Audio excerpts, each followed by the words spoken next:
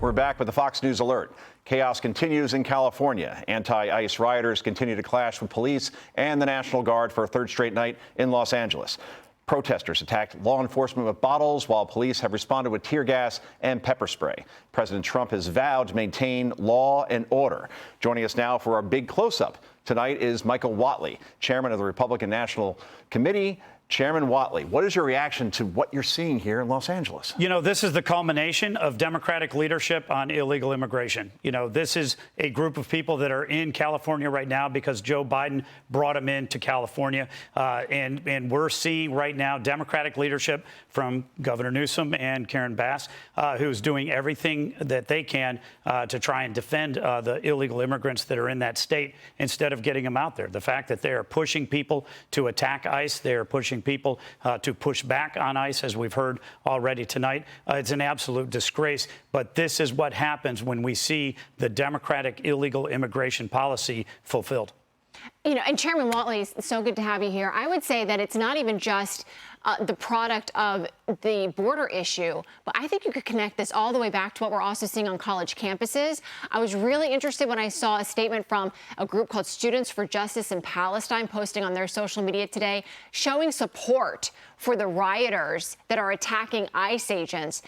Do you think that there's going to be a tolerance for all of this? I mean, could we actually see this helping Republicans in the midterms? Well, look, President Trump made it very clear the reason that he is sending in the National Guard is because the Democratic leadership of California and Los Angeles is not going to take steps, and he's not going to allow what happened in Minneapolis and other cities back in 2020 happen again. Chairman, thank you so much again. I know we'll keep thanking you, but we really appreciate this conversation. Can we talk about Gavin Newsom here for a second? Because there are very few people who believe that he's not running for president for 2028. So right now, he's the governor of California, and so he's very aware of the audience of California, but Americans across the country are also watching this future presidential hopeful.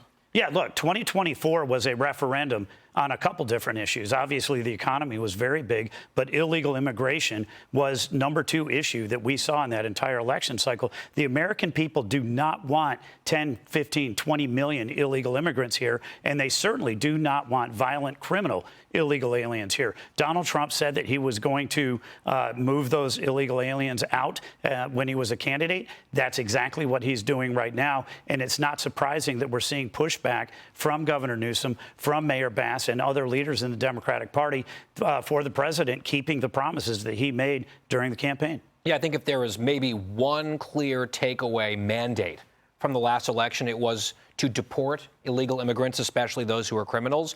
And I've seen some people referring to these scenes as nullification riots, people who are using violence to stand in the way of political leadership following through on a promise that the American people have demanded be followed through upon. And yet, as we talked about earlier in the program, Mr. Chairman, you're seeing from a lot of the leadership in California, uniformly Democrats, they are blaming these horrible scenes, the mayhem, the chaos, on the president. Yeah, it's absolutely stunning, you know, the way that they're trying to shift blame on this. You know, those violent, criminal, illegal aliens are here because of Democratic leadership. The riots that we're seeing on the streets right now are because of Democratic leadership. And the fact that there is only pushback coming from one side is absolutely stunning. President Trump is absolutely right to say that we are not going to allow American cities to burn. We are not going to allow violent criminal mobs to take over neighborhoods like we saw in Aurora, Colorado. We're going to make sure that we have our communities safe. This is about our kids. This is about our families, and it's about our economy. And this is a thing that President Trump campaigned on and was very clear. We are going to be very aggressive in moving violent, criminal, illegal aliens out of America. I think that was a very telling interview during the 2024 campaign, Chairman, when J.D. Vance was on with Martha Raddatz on ABC News. And she said, well, just a couple of apartment complexes have been taken over by violent gangs. And J.D. says back, the vice president now, says Do you hear yourself? Only a couple of apartment complexes? This is crazy. That went viral, and that was certainly a big moment for the future vice president. Let's also move on to the second topic here that we want to talk to you about. While we keep an eye on Los Angeles, clearly, President Trump has made his way to Camp David. He's expected to be focused on the big, beautiful bill, as Republicans want to have it on his desk by July 4th. But Elon Musk has become a roadblock as he brawls with President Trump over spending cuts. While the two Republican senators are also standing in the way, that would be, of course, Rand Paul and Ron Johnson. Listen. It's not going far enough. And if we just pass this, if it's a one and done, we will not be really addressing the major problem here in terms of massive growing deficits and debt. This is why my big objection to the bill is they want to ask us to expand their credit line to $5 trillion.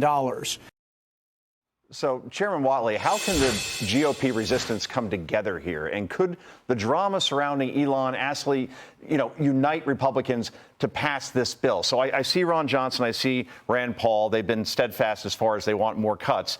The math says that Republicans can give up 3 votes and J.D. Vance could be the tiebreaker if it's a 50-50. Are there any other Republican votes that are out there that may resist this bill? Do you ultimately think that it comes together and gets to the president's desk? I think it needs to come to the president's desk, right? The president ran on a very clear vision for America. It was, rebuild our economy, restore the southern border, and make sure that our kids and communities are going to be safe, and we have a strong national security. That is exactly what is embodied in this bill right now. And so this bill does have tax cuts. Right? Very important tax cuts. It's about extending the Trump tax cuts, which are going to provide a $10,000 per family benefit for low-income families. It's about no tax on tips. It's about no tax on overtime. This is going to help the economy. We're already starting to see, some steps that are being taken in terms of job growth, in terms of wage growth, and things like that. But you need to get this bill done for the economy. This has provisions to unleash American energy. This has provisions that we need right now to bolster ICE. And we're seeing right now what happens when we need to bolster ICE and to be able to finish the wall. And it has national security implications that are very serious as well. This is not just President Trump's agenda, not just the Republican agenda. It's the American agenda that the American people voted for last November. And I'm thinking about some members of the Senate that are raising concerns not about not cutting enough, but there are actually some that are raising concerns about cutting in areas that they don't want to. And I'm thinking about a recent op-ed that Senator Josh Hawley wrote in the New York Times, kind of sharing his concern about cuts to Medicaid in his state and what that would mean. On the Business Network, where that's my home on Fox Business, we spend a lot of time explaining what the changes to Medicaid would mean, that they're trying to get rid of the fraud, the waste, the abuse, and also making changes so that able-bodied people are not using Medicaid. But how do you see that issue? And what would you say to senators like Senator Josh Hawley? Look, the American people have spoken. They want to see waste, fraud, and abuse eliminated from the federal government, including Medicaid. President Trump has been very clear. We are not going to cut Medicaid and Medicare benefits for seniors or for our most vulnerables, right? This bill is not about cutting any benefits to any individuals. It's about taking people that should not be on the rolls off of the rolls.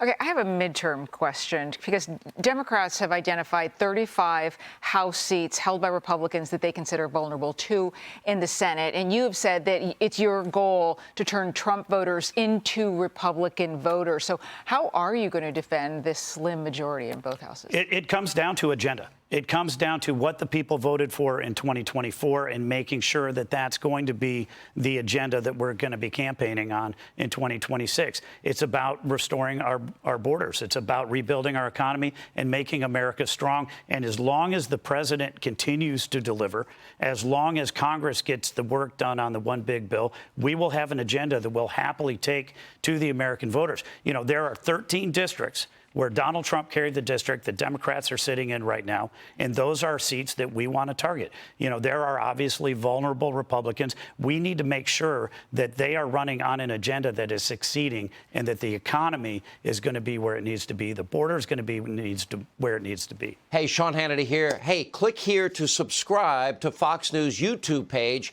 and catch our hottest interviews and most compelling analysis. You will not get it anywhere else.